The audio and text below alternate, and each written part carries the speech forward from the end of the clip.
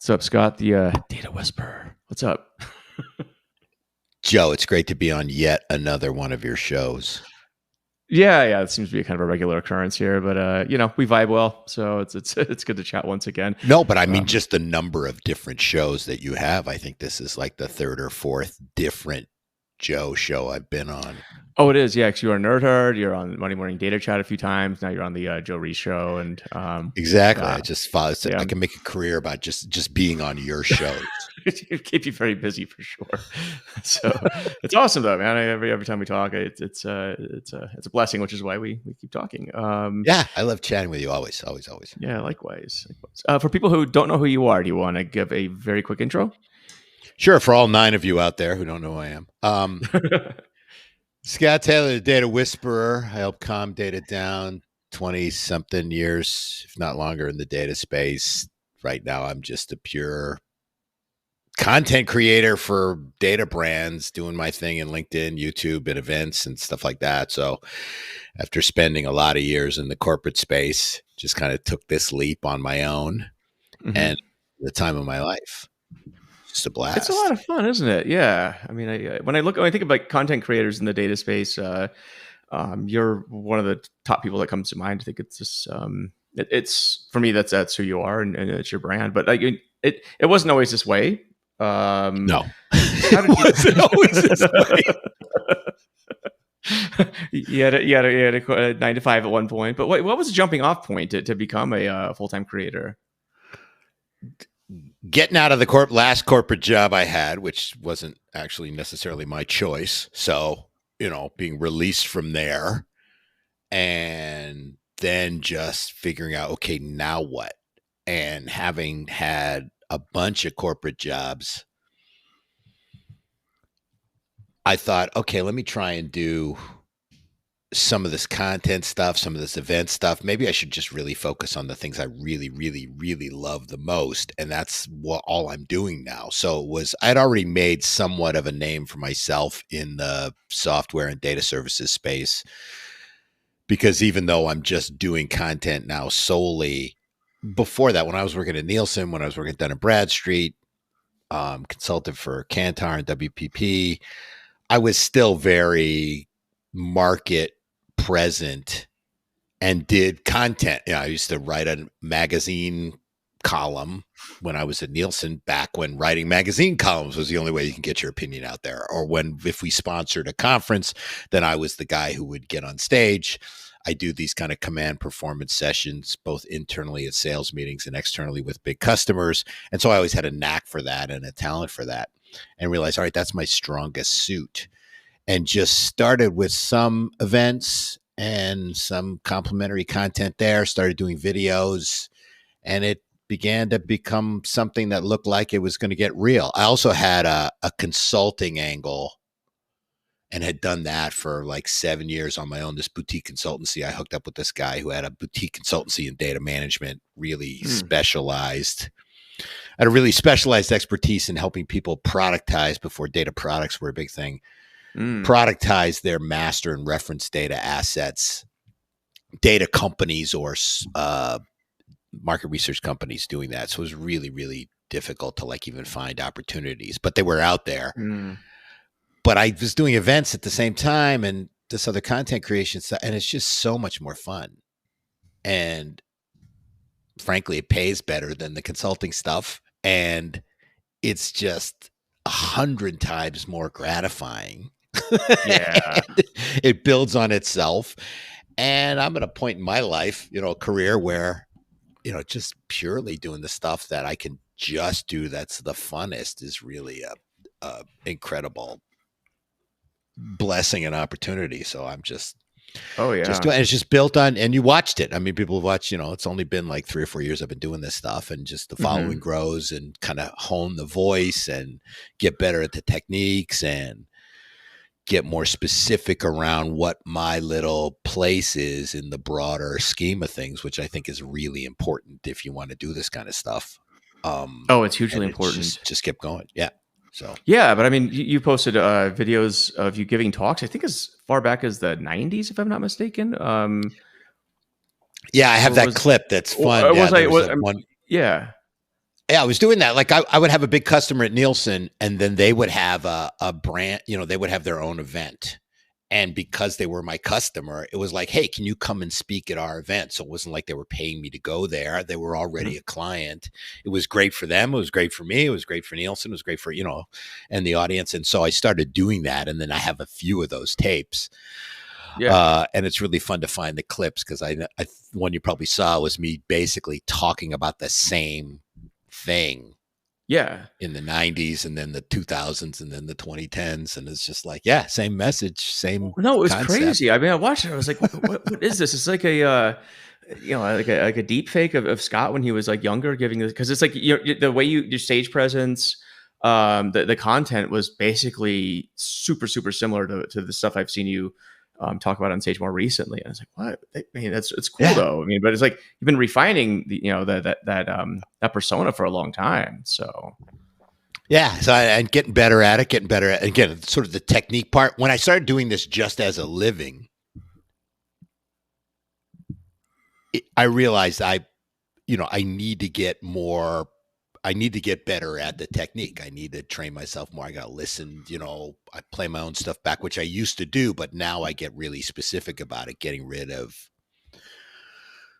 phrases that I shouldn't use or things, little verbal mm, crutches or verbal ticks. And there's always something to work on. And getting yeah, better on stage. And I had dramatic arts training, which I think is almost an unfair advantage. And early in my career, I mhm, realized that because I'd actually been on stage in college and community theater afterwards. I never that's had an right. aspiration to be, go into acting and go into, film or whatever. But even just a little bit of that training helps incredibly. And it's rare to find anybody on the speaking circuit in the business world that's actually done some sort of dramatic art stuff Right.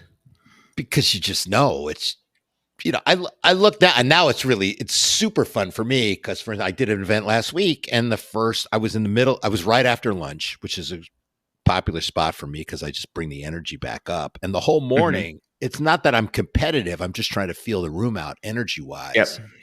And I root for everybody because you don't want anybody on stage who's just dull. But a classic set of enterprise speakers and some software Yeah. companies. And everybody's just like, I go, all right, I'm going to kick this up a couple notches once we get back from lunch and just like explode on stage. And it just changes the whole nature of the room.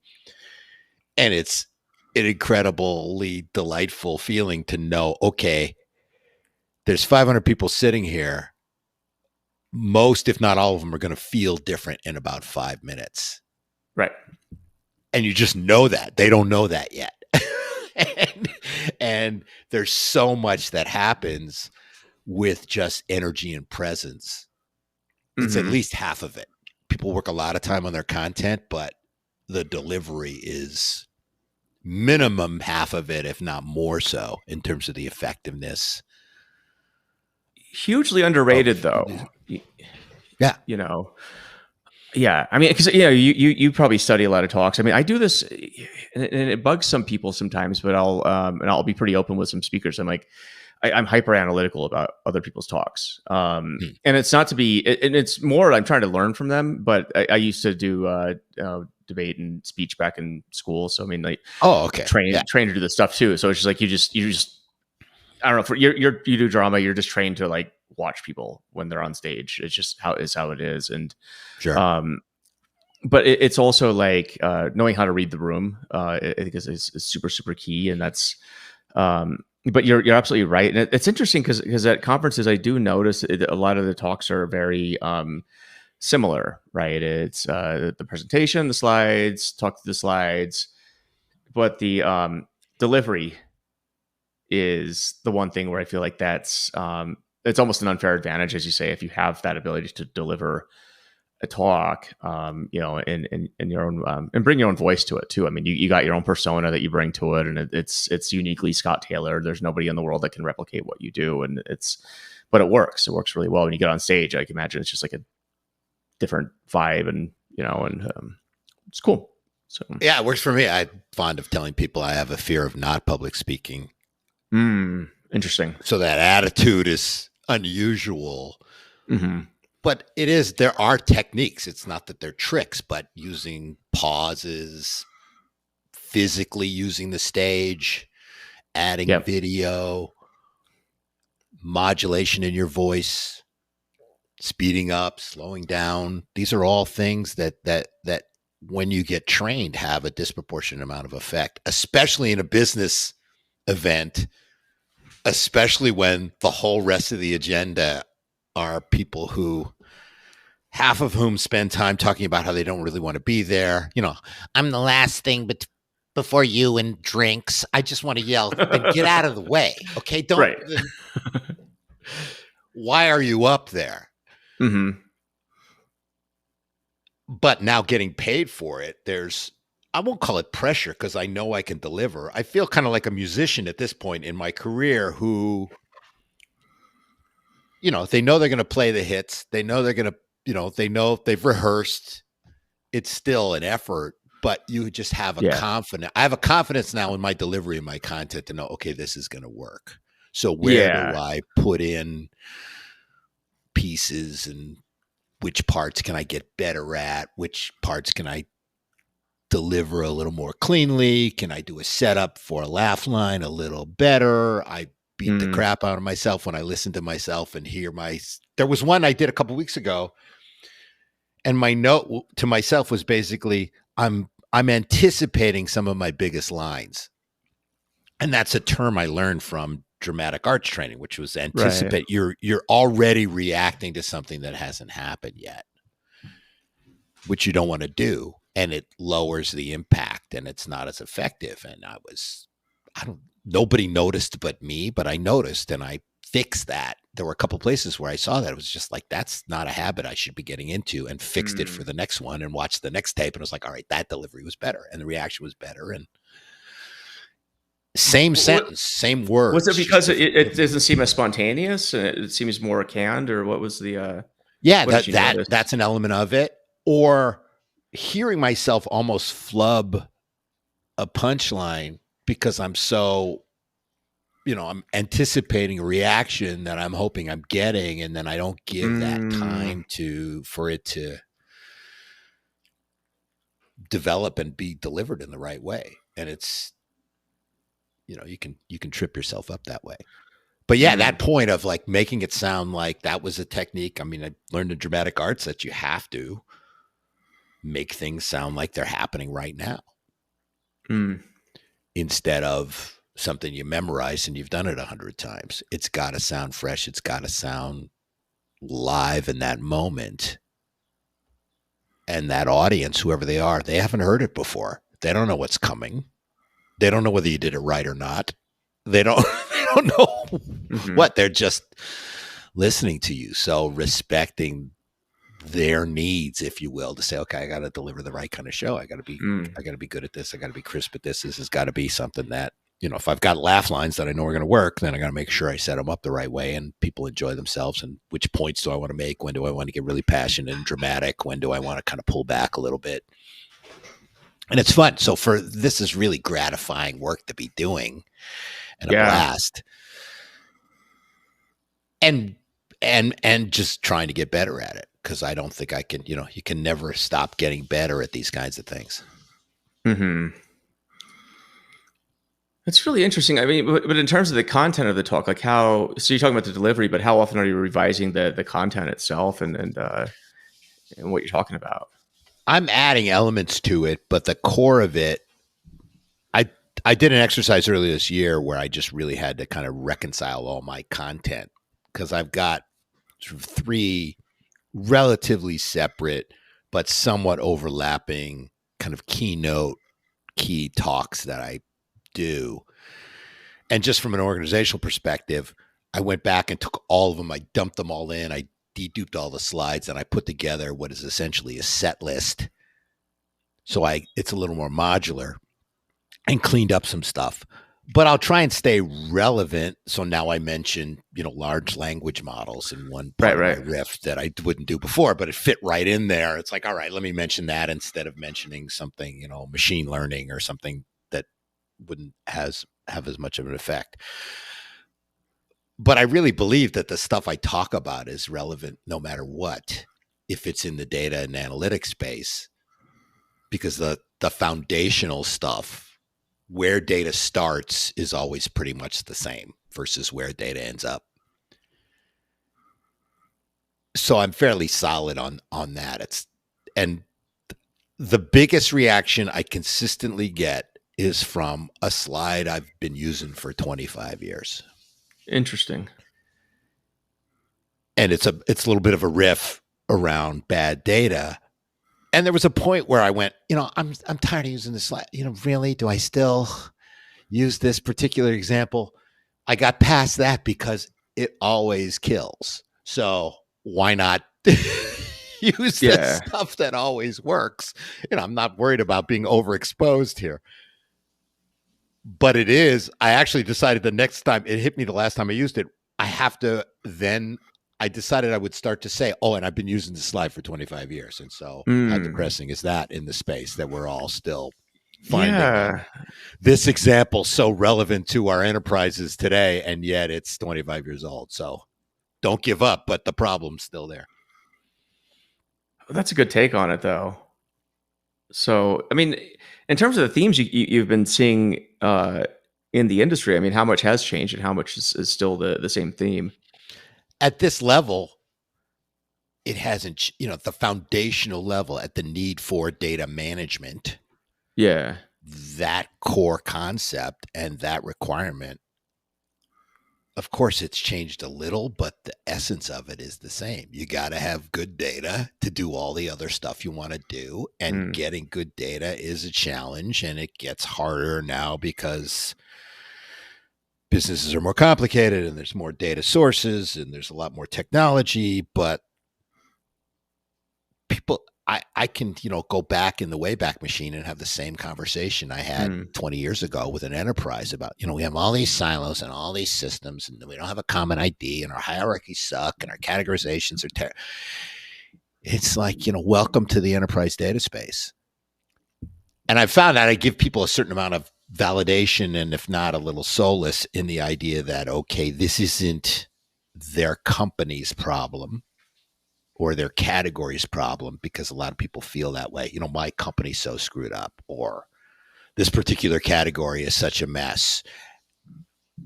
And having the exposure I've had, and kind of take a step back and let them know, look, it's the nature of enterprise activity to have these problems, to have these challenges. So get them fixed. Mm-hmm. And the work I've done on my content is to refine, what our exercises I've gone through are, what's the fewest number of words I can use to describe an idea? When I finally got down to truth before meaning as my headline, determining the truth in data through data management before you start to derive meaning out of data through business intelligence, but kept boiling it down. It's like, all right, what if I just use 3 words?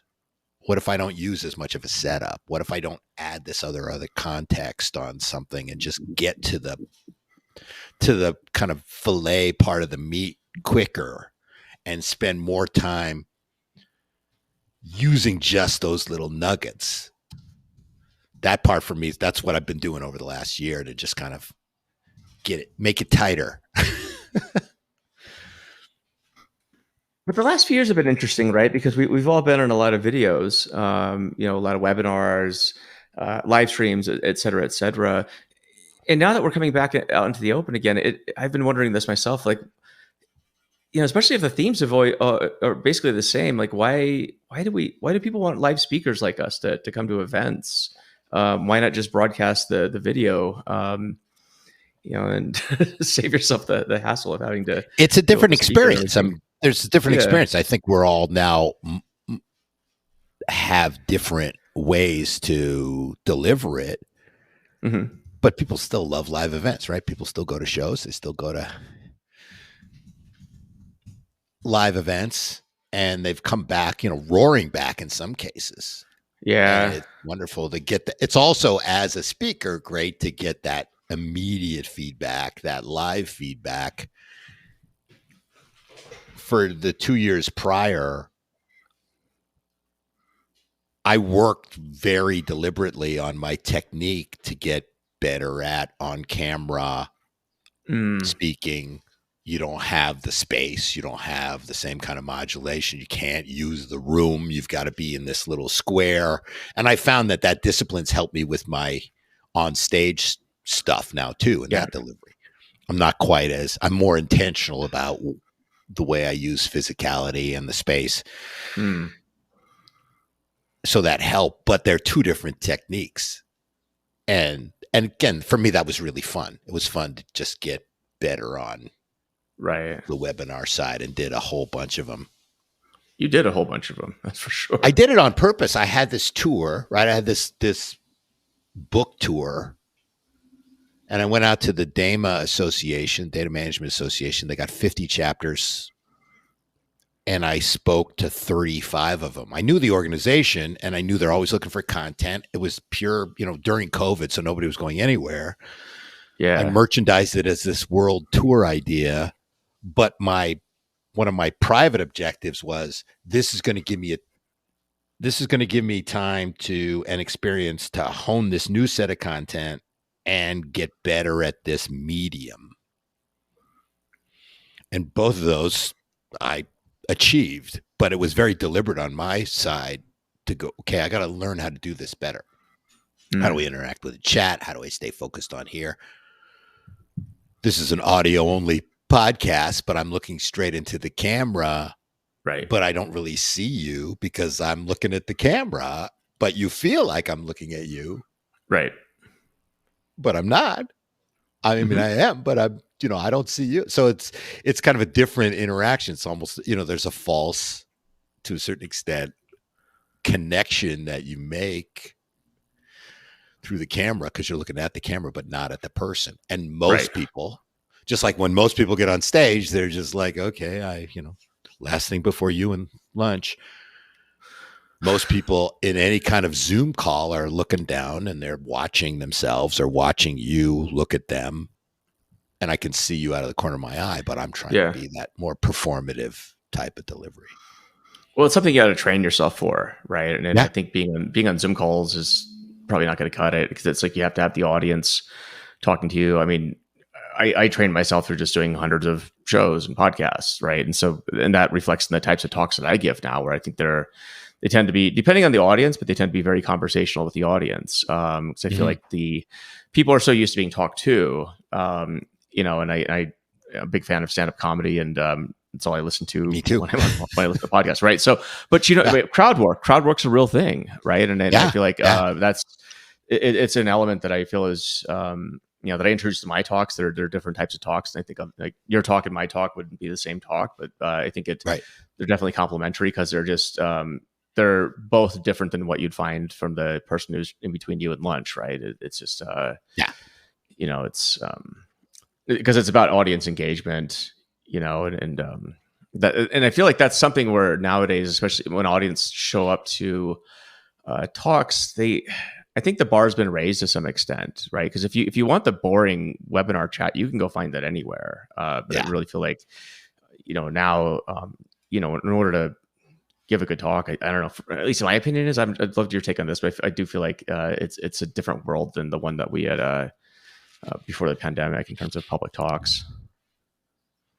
Yeah, I think the expectation, like you said, people are going there physically, so they're probably expecting more. You would hope so. Exactly. I'm there. I can deliver. You can deliver, but you want the bar to be raised. Mm-hmm. You want people to want to have a better set of delivery, especially if you're part of that crowd that can hit that mark. Mm-hmm. Yeah, it's interesting, and we'll be going to a upcoming event here this year, Big Data London. The Data Avengers, which would be kind of fun. Data Avengers Unite, yes, an unprecedented gathering of 10. At least right now, the count is at 10 Data Avengers. Who's the Data Avengers for the audience? They are. I have to remember all the names. Right, a group of united content creators that are all focused on helping people understand the power and value of data and analytics but we're all creative in our own way. I think we all have our own Hmm. voice. We all have our own superpowers. And even though it's somewhat of an unofficial group, I really do feel that all of us deliver something in multiple medium, right? So it's not Yeah. just you've got your podcast, you've got your shows, you've got your book. I've got my book, I've got my events. Kate's, Yep. Kate Strachan is a media conglomerate on her own. George Yep. has got 100,000 people on YouTube. So the requirements to be a data venture, I think a little bit one of them is range of delivery. Yeah. And I think it's a blast. I think we all do naturally help each other. We support each Hmm. other's posts. If somebody's trolling somebody, we try and go after them a little bit, call off those Yep. demons. And I feels like the audience and the community is kind of excited about it too. So Yeah. it's really fun. And it's not an official brand. It's not like we're all in some kind of giant maniacal backroom rev share kind of thing, but we all help each other, Right. and it's fun, it's cute, and it works. I think it works. I think it's on brand for all of us, so it's really a blast. No, it was an organic thing too. It's not like we Yeah, all, like you say, it's not that's the this word. this cartel where we decided in the back room to say, oh yes, let's plot to how do we take over the content world. What I've realized with content, I didn't really, well, I wasn't really a quote influencer when the pandemic broke out. I think this all kind of happened during it. I don't know about you, but what I quickly realized is content, it's not a zero sum game at the end of the day, right? If you can get the right group of people together, especially, it actually multiplies on itself, and and everything grows from there. So I always equate it to consulting, which is, I think, a very fixed sum game where it's like you Mhm. get a deal, I get the deal, we're not both getting it. And so that's the competition. I found with content, and it's everybody's super supportive of each other, right? You get a speaking gig, we probably speak at the same place. It's not one or the other, right? It's Yeah, it's we all bring different voices, and it's super cool to see. It's refreshing, as you say. I it is. like the world.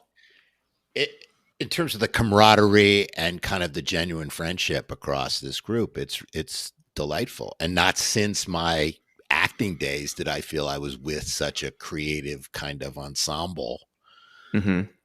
official, unofficial. But we've all, when I look at the demarcation in terms of the folks, that group versus kind of some people who would like to be part of it, as wonderful as that is we all have a real presence. Camera comes on and we're on. We've got a presence. We've Right. got a point of view. We've got a delivery that's solid. We've got these different creative aspects to us. It's not just somebody who's just sort of posting memes or reposting everybody's stuff. That's nice. That's great. But there's a level I think we're at that's really fun. And the brands seem to be picking up on it. It's Hmm. Again, this is how I make my living, so I'm delighted that they see all those different Yeah, it's elements. cool. Yeah, Yeah, and, it's a and, blast. and everyone Just keep has going. and everyone has their own way of monetizing stuff too. Yeah, I think yeah, that's also cool. It's not like we all have to do the same stuff. You have ways of monetizing. I do. My preference is, I personally, I don't really do social posts, at least right now. I just have my attention on other stuff. But that's like, but that's awesome that other people get to do that, and it's cool that brands see the opportunity with that kind of stuff. I just think yeah, yeah. it's It's working, and it's been this organic growth over these last couple of years. And for me, I was doing some stuff before COVID, but COVID really accelerated my yeah, following and had me focus more on creating more content. And that's when I wrote my book. yeah. It's like, okay, when else am I going to get this kind of time? That was the dialogue Hmm. I had with myself. Didn't know it was going to be 2 years, but I certainly realized it was going to be at least the summer. And went, I've been talking about writing a book enough in my head. It's either do it Yeah. now or shut the hell up for the rest of your life because you're not going to get this Mhm. kind of opportunity again. And that was particularly gratifying. And then, fast forward, I do an event last week. A brand sponsored the typical sort of situation. A brand sponsors an event. They've got a speaking slot, but instead of having one of their folks do it, they hired me to come in and do it. They got a couple hundred books. We signed books at the booth. That drove booth Nice. traffic. I talked to their sales. I go, I'll do this all day long. This is it. This is for me. It's fun. I'm where I want to be. What do I want to do? More of these with better results. But Mhm. I wouldn't have thought a couple of years ago that I'd be kind of sitting in that spot. How do you stay relevant in this field, though? You know, 'cause it's like, is it the temptation to come up with a new trick, a new uh, a new book, perhaps, or how do you stay how do you see staying relevant in this field There as a was a mentor? period, and this was a big shift. There was clearly some outside of the corporate where I'm going to back up a little bit. Like the point I realized, okay, I'm relevant. I got to stay relevant.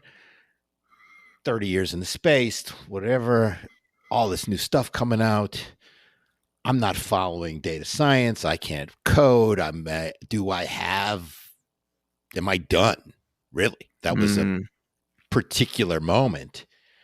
And then digging into it, realizing, okay, the epiphany was, yes, this foundational stuff is not going to get replaced as a need. The things I talk about are so basic and they're packaged in a palatable way that it got to a point where it's almost a parlor game. Show me a new thing happening in technology and I'll show you where it won't work unless you've got mm. master data, reference data, metadata, data stewardship, data governance, data management. It's not going to work. And it took a while to weed through that because there was a middle point where, for instance, a good example is data mesh. When data mesh came out, it sure sounded like it was going to take care of a whole bunch of things that I've been talking about until I dug through it and realized, well, no, it's not. It's fed by, in their case, federated computational governance, right? Those are the words of Samak in her book. But you dig past that and go, okay, so what is that? That's data management, data governance, master data, reference data, metadata. It's just the same stuff. So I feel really secure that as long as I don't get too far out on the how things get done and I focus still on why they're important to a business, that I'm going to stay in the mix for the foreseeable future. Mm. And it didn't take too long to figure out that large language models feed off of data they are given. And if that data sucks, then you get hallucinations and, game over. Yep. So for me, that because I don't focus on, my techniques aren't about, do I need SQL or R? Do I know how to do Right. Python? Do I have a practitioner set of skills that I need to work in the data space? So I feel, at least personally, I'm fairly safe. If somebody comes up with a way to tell a story that's only needs technology, then maybe they won't need me. But I think if I'm still getting the biggest reaction I get in a talk from a slide I've been using 25 years, that says to me, all right, I'm onto something. I That's strike a super chord true. with people that in some cases, the kind of feedback I get is relief, is validation. It's like, wow, I can't believe you talked about that. We thought it was our problem. Or, wow, I just got out of that meeting and the problem you just made fun of it's driving us crazy. Those are really gratifying kinds of feedback because that is the confirmation for me that, okay, I'm still relevant. Okay, this still makes sense. This isn't just a bunch of stale data dad jokes. This is a point I'm making that people go, yeah, I take that home and, I wish my boss would see that. I wish our business could see this. I wish our CEO would take a look at this. It's like, yeah, great. Super. That's fantastic. So those are ways that I confirm the relevance of my little slice of the space. It actually reminds me of going to church, right? They've been reading the same book for ages. They're They reading have from the been. same book, right? I mean, I grew up in a very Catholic household, so it was like, Okay. yeah, I have a bunch of great aunts who are nuns and a couple of uncles Oh, who are wow. priests, and so yeah, so very familiar with that. But yeah, it just occurred to me, like, the kind of the timeless tales. Well, that's the Bible is definitely one of them. So, but people Yeah. still show up every Parables. Sunday to listen to it. That's it. That's it. Yeah. say what I deliver is data evangelism as a service. So even in the delivery process, there's Mm, a little bit of the that evangelism. That's true. Yeah, and religious that's a fervor. thing.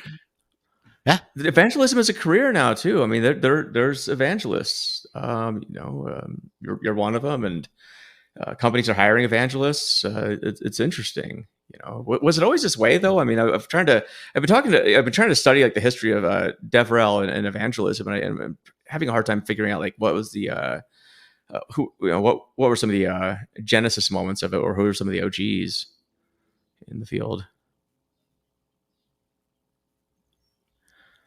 I lost you. I'm sorry. What was Oh, that? sorry. Yeah, No. I was just asking. I've been interviewing several people in developer advocacy and relations and evangelism. I've been trying to pinpoint like when did this become a thing, and then if you can remember, like maybe who were some of the OGs. Maybe you were one of them, but um, I think I was one of them in Nielsen. I mean, I was doing that. There was always people out there. They might have called it PR. They might have called it, um, if you can still hear me. yep, But there was always people out there trying to get folks excited about services. And I think I was one of them at Nielsen. I was one of them at Dun& Bradstreet, although Dun& Bradstreet's a little more recent. But you always had that person who, okay, they can get people excited about it. They're the ones hmm to tell the story. It wasn't called that though. It right, didn't have the same terminology, but the essence of it isn't new. All of this is, even what we're doing isn't that new. I grew up in the publishing business, the media business. My dad was a magazine publisher. that's right, yeah, I sold space, was one of my first jobs, selling ad space, first for him and then for a trade magazine. And they taught us day one, you've got editorial, you've got circulation, and you've got readership. Those were the three mm, legs of that value proposition stool when you talk to advertisers. And today, we don't have editorial, we have content, we don't have readership, right, we have engagement, we don't have circulation, we have followings, but it's the same elements. hmm And the premise is the same. People want to hear about stuff, they want to get information, entertainment, content, whatever you want to call it, from a reliable source. And brands, from at least a media monetization perspective, want their attention, want their audience attention as well. The delivery of that has changed because we can deliver directly. right, We can, as content creators, we can go direct. That brands can build their own media vehicles or delivery mechanisms instead of back in the day, you had to, everything was controlled by the media vehicle owners themselves. And that's happened in every kind of, all across all kinds of dimensions. Justin Bieber got discovered on YouTube right, instead of 20 years before him, somebody with the equivalent talent having to get a record deal and audition and hmm somehow know a producer and all that kind of stuff. But the essence, and this, I guess, is a theme in almost everything I talk about. What's the core? What's the essence? Where did it originally come from? Has that changed that much? No, it hasn't. right. Yeah, it's interesting. I was talking to a relative, recently, and he's finishing up his marketing degree, which is interesting because I had to be kind of blunt. I was like, what are you learning these days, right? Hmm. What are they teaching you? And thankfully, where he's going to school, they're teaching, they're doing case studies on Mr. Beast, like the thing he did last week, which I thought was really interesting. Huh. Talk about a genius marketer. He's Mr. Beast is probably at least for what he does, I would say, best in the world. But it's just different ways of getting attention, right? But what's interesting is that again, the big lockhold on content creation that to your point that used to be controlled by gatekeepers, publishers, record labels, and our agents, and the whole nine yards. Right now, it's like you want to get discovered, go get discovered. It's I don't think what I would have gotten to where I am if it weren't for social media and the ability just to be able to have podcasts and all that kind of stuff. It's just Me neither. easier. Me neither. But Right. you hit on that word, attention. How do we get people's attention? That's what everybody Yeah. wants. They all want attention. And the Yeah. beauty is we can all go direct and anybody can start any way they want to. But the flip side of that is anybody can start any way they want to. So the you're just flooded with Yeah. opportunities and sources. And I mean, when I began began my business career, I was one of the early jobs I had was selling in-store advertising, signs in supermarkets. And part of our pitch was, there's no longer 3 networks. And now there's cable. And so people have so many different opportunities and just, and the idea of 500 channels was just like That was unimaginable. Those basic premises, like you'd sound like a jerk starting off that way. You just sound so, yeah. ancient if that was your basic, that's how you started your story. But even during that time, the story evolved. This is a little anecdote here, but it was probably emblematic of sort of a little epiphany, realizing your story isn't quite right for your audience.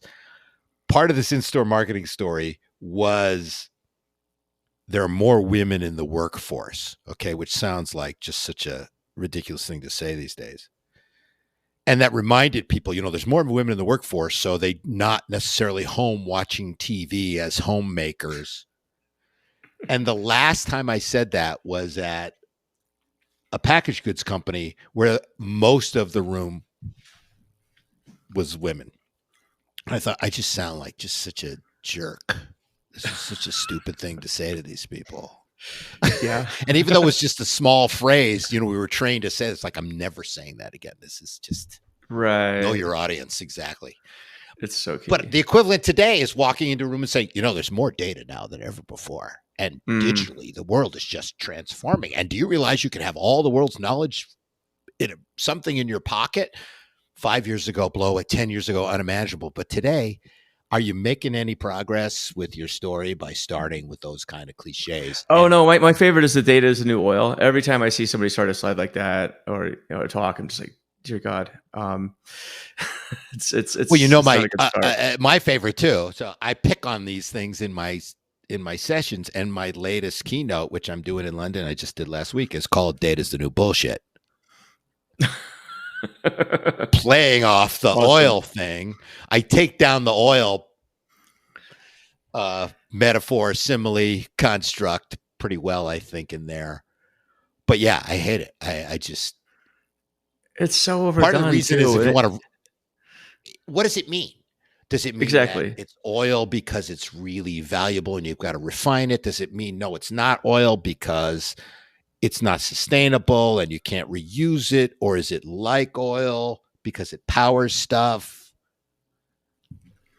Already, I don't care which side you're on. If you have that many interpretations, then you are not clearly explaining something to your audience. right. If you have to spend any time explaining your overarching metaphor to your audience that it's bad poetry, you're wasting time. The whole point of that imagery, especially in a business context, is to shorten the time it takes for somebody to understand you. And I've seen people just riff on it. It's not the new oil, which people don't understand. It's the new soil. Get it? It rhymes. Isn't that cute? Like, just where are we going here? Where can you get the pricing and just skip all the? But we're rife with that in this space. So that's keeping me relevant. I'll tell you that. Picking on that. Oh yeah. Whole riff of just takedowns on. And people loved it. It's fun because a couple events have rejected that title. But I'm working with a new client, and they were saying, okay, we want you for this session. Can you give us a couple of ideas? And I have 3, and that was the third one. I'm like, all right, let me slip this in there. And the subhead is "Data's the New Bullshit," and the subhead is why the way we talk about data is holding the industry back and what you can do about it. So I'm trying to give some advice. It's not just a complete, send up. And I hadn't even met these folks, and I get an email back from the head of marketing, and they say, oh, let's go with the third one. I thought, all right, these people are cool. These folks are going for it there. So I put a little asterisk over the I. Yeah. but it makes the point. So No, data's not the new anything, all right? Data's been around since before computers. It's been around since before electricity. So that yeah. part of it doesn't work either. Yeah, I mean, it is interesting because I think, especially in the space that we're in, where I guess for better or for worse, we are quote influencers. I think get the attention of a lot of companies, that either want to work with us or have us pitch something or something. But what I've noticed is there is a lot of sameness, I would say, in terms of how companies in the data space approach marketing. I was telling somebody yesterday is kind of like, if you want to be really effective, zig while the people zag, because everybody's zagging in the same direction. And it's incredibly difficult to cut through the noise. I think to your earlier point, it's because everyone has a microphone, And so, you really do need to figure out other ways to get attention, because the typical playbook that I see people using, um, it's just incredibly hard to break through, right? And you're starting to see this right now with the downturn in startups, especially. You're either going to have to try something new and make it work soon, or it ain't going to be great. And unfortunately, I feel like it's probably not going to be great for a lot of companies, which sucks, but is what it is. But I think a lot of it, I come to find out, is a distribution and audience problem. And by distribution, I mean marketing distribution. So not sure if you see the same thing, but I call it the Mean Girls School of Marketing. mm, There's this epidemic where people are trying to.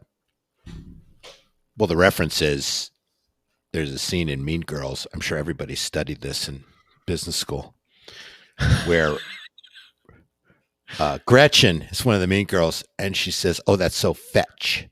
It's so fetch." And Regina, who's the head mean girl, says, "Stop trying to make fetch happen. It's not going to happen." And that's what I feel like half the time when we see these new terminology. It's like, stop trying to make fetch happen. right. That's your problem. And they spend so much time on these conceptual things to try and coin a term that you do lose a lot of momentum in the conversation. And these conversations I'm talking about are not the on-stage conversations. They're in the go-to-market conversations. And Dun & Bradstreet, which I have no problem picking on, was just had chronic fetch problems trying to make stuff work. So they had a marketing machine there and would just come out with all this terminology. And I was there early on. I go, they've created an entire language that they've made their customers learn so they can speak back to them. And that happens at really big, well-established companies. And you just go, can you cut through it? Just use the words they use. But it happens in a lot of marketing, but I feel like it really happens in the data space and the technologies, in the data and technology B2B part of the space. Yeah. Because we're all trying to outcool each other. I mean, even Gartner, I don't know why they don't find it ironic that they have something called a hype cycle. So they're admitting that this is hype. Mm-hmm. Everything's going to have a certain amount of buzz that's worthless. And it's fun and it's cute, but if you look at that seriously, you go, well, there's a It's interesting. Well, it's everything else is on there except the terms that they coin. So, so they're and the terms that they do. If we want to get into the mesh fabric debate, I'm happy to, because it's. No, we don't have enough time for that. And I know, but you know where I stand. But even just as a small element of it, I just think that's such a microcosm of the problem there, because in that case, the short version is that they don't like mesh because they didn't come up with it, but they did come up with it, but they didn't tell anybody, but it's not their word now. So you got to use our word, which is fabric. So, and they just jumped the shark on how vehement they were on it. And I just think so I look back at that and I go, this is hysterical. It is. And it just makes the industry look kind of stupid at the end of the day. I mean, Jim Mack's a good friend of mine. She's just off doing her thing. She could care less. Right. She's trying to build a company, make data mesh reality. And I think meanwhile, other people are trying to, come up with new terms. And at the end of the day, I'm like, well, what are you creating? Like, are you creating a company? Are you creating new technology? Or are you just, creating buzzwords that ultimately confuse people. And I think it kind of makes the whole thing a parody. So in some ways, it's kind of hilarious. So, Are certainly ripe for parody. oh yeah, for Certainly sure. sets itself up as a good which is what I'm working on to transition into probably the biggest creative thing I'm doing this year is continuing my puppet series with the CDO, the chief dog officer, and the ITB, and playing off all this stuff. And I've got, I want you to be in it, by the way. So you can say, you have to say yes because we're on the air, but I've got a data engineer kind of scene I want to. Oh yeah, that'd be a good cameo appearance. Yeah, I'm glad. I'm happy. I have a Simpsons-like casting approach where I'm going to go after all these folks to play, if not mild parodies of themselves, something satirical about the space that they're in. That'll be fun. Lovingly but pointed. But I have a cat sultan from Meow Kinsey who's only worried about billing. There is an Antilus from Gardner and another one from Frogister. So sometimes this stuff just writes itself. So I'm having a ball. But I'm not getting too serious on getting the casting yet because I got to get the script done. Because you got to have a story. You got to have a story. If you don't have a story, it doesn't matter. It doesn't matter how good I am at puppets or all the rest of it. That's kind of cute. But that is, if you go back, if you want to tie everything we're talking about together. And what has never changed is you got to be able to tell a story. People want to hear stories. That's how they understand things. I've been a storyteller my whole life. I wish I could have retrofitted my career realizing that I was that from the beginning because I didn't play to those strengths enough. I've been a storyteller since it was 2 words. And we all need to get better at that, no matter what part of business you're in, unless you're like a hired assassin, super skilled, in some kind of technique that nobody else can do. Those are rarities. Those are the exceptions. But most people, most of the time in most business who are doing most of the stuff can get better at what they do if they can tell a better story. Amen. Well, Scott, it's been great talking to you.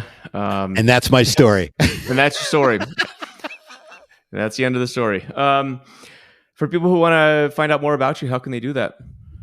They can find me on LinkedIn, Scott Taylor, the Data Whisperer. You can find me on YouTube a little bit. My website, Meta Consulting. It's got everything I do in there. And it's always great to talk to you, Joe. I'm happy to be on whatever next show you come up with next. Oh, by the way, thank you for thanking me 3 times in your book. I finally picked up your book, which, as you know, considering it's 500 pages, is no easy task. I do 15 reps on both sides with it daily. But I looked on the acknowledgement page. I don't know if you know this. So I mentioned twice. Okay. And then you have somebody, Scott Brenmeister, I think his name is, and then Ben Taylor next to each other. So if you cross out the first one's last name and Ben's first name, it actually says Scott Taylor again. So I count that as the 3rd time I mentioned in your acknowledgements. But thank you. So thank you. Anytime. Yeah, I'll be trying to get your autographs on all 2.5 of those. So yeah, it was lovely. It was delightful. It was like, oh, there I am, and then I kept reading. It's like, oh, there I am again. There I am again. It's fun. I mean, the acknowledgements, I had a lot of fun with that. I felt like the book wrote itself in a lot of ways from a lot of the conversations and people that I, and me and Matt got to talk to. It's I really appreciate your historical perspective in the beginning, by the way. So that's the part I was most interested in, because when you get into the techniques, it's just, I'm sure it's wonderful and fantastic, but being honest, it's just sort of beyond me because I don't do any of that stuff. Yeah. But I really like kind of how you said it in the historical context. And I actually went, why isn't data engineering have a bigger place in some of these data management event agendas? Frankly, that was one of my responses, because the way you position it feels like there's a whole lot of folks out there on the legacy data management side who need to understand this better. I agree. Well, I'll be versus the data speaking at a science side, which is yeah, it's more inundated. It's a sexy shop of the 21st century, though, right? So they got it under control. I No, I mean, I'm guess starting you to want to be do some. sexy or you want to be valuable at work, especially. I don't know how much people want to be the sexiest job anymore. I think that's a dangerous moniker in It might terms be a of very dangerous moniker right now. delivering value. No, but I'm starting to do some events with Dama, so I think that's pretty Oh, cool. good. Yeah, I think that it's starting to resonate. I'll be talking about data modeling and data engineering and all that fun stuff. So yeah, I completely Good. Yeah, agree. you can do a whole tour Yeah, with that group. We can talk about that offline if you need some yeah, I would love to. some tips on that, because it's there are people. There are the folks who are getting it done on the data management side and getting really and trying to stay relevant and trying to Hmm. stay focused, and they don't have the kind of exposure that I believe they deserve in an organization. I agree. So they're happy to get some thoughts about that. All right, man. Well, we'll But now chat we're really soon. done. So, Okay. yeah. Okay. All right. All right. See you, Scott. Bye-bye. Super. Bye-bye. Bye.